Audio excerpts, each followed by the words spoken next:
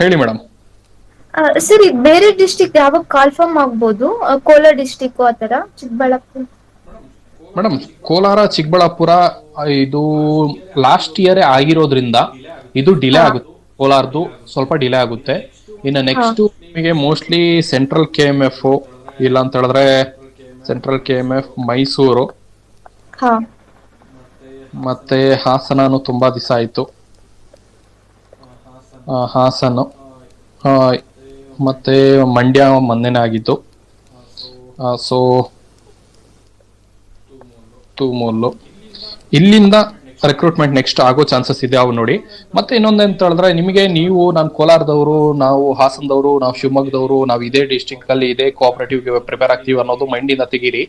ನಿಮ್ಗೆ ಯಾವುದೇ ಒಂದು KMF ಅಲ್ಲಿ ಫಸ್ಟ್ ರೆಕ್ರೂಟ್ಮೆಂಟ್ ಆಗಿದೆ ಅಂದ್ರೆ ಅಪ್ಲೈ ಮಾಡಿಬಿಟ್ಟು ಫಸ್ಟ್ ಜಾಬ್ ಇಡ್ಸ್ಕೊಳ್ಳಿ.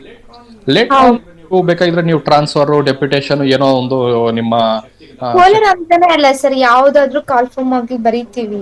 ಮೇಡಮ್ ಬರುತ್ತೆ ಯೋಚನೆ ಮಾಡಕ್ ಹೋಗ್ಬಿಡಿ. ಈ ಇಯರ್ ಏನು ಇವಾಗ ನಮ್ಮ ಗೌರ್ಮೆಂಟ್ 56,325 ಆಡ್ ಜಾಬ್ಸ್ ಅನ್ನ ಫಿಲ್ಅಪ್ ಮಾಡ್ತೀವಿ ಅಂತ ಗೌರ್ಮೆಂಟ್ ಹೇಳಿದೆ. ಆಯ್ತು. ಸೊ ಇಷ್ಟೊಂದು ವೇಕೆಂಟ್ ಪೋಸ್ಟ್ಗಳನ್ನ ಫಿಲ್ಅಪ್ ಮಾಡ್ತಾರೆ.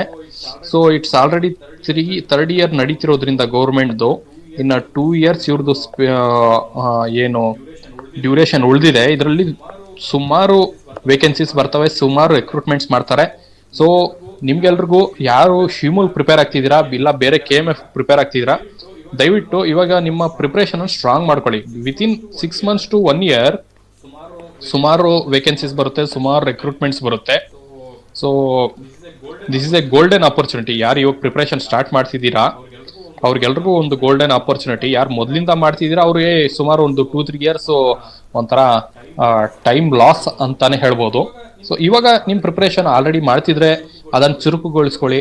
ಇವಾಗ ಸ್ಟಾರ್ಟ್ ಮಾಡ್ತಿದ್ರೆ ಇನ್ನೂ ಒಂದ್ ಸ್ವಲ್ಪ ಚೆನ್ನಾಗಿ ಮಾಡಿ, ಇನ್ನೂ ಸ್ವಲ್ಪ ಎಫರ್ಟ್ಸ್ ಜಾಸ್ತಿ ಹಾಕಿ. Because you will be having a young blood and a fresh mind ಆಗಿರೋದ್ರಿಂದ. ಸೊ ಇವಾಗಿಂದ ಪ್ರಿಪರೇಷನ್ ಸ್ಟಾರ್ಟ್ ಮಾಡೋದ್ರಲ್ಲಿ ಏನು ತೊಂದರೆ ಇಲ್ಲ, ಆಗ್ತವೆ. ಸುಮಾರು ವೇಕೆನ್ಸೀಸ್ ಇದಾವೆ. ನೆಕ್ಸ್ಟ್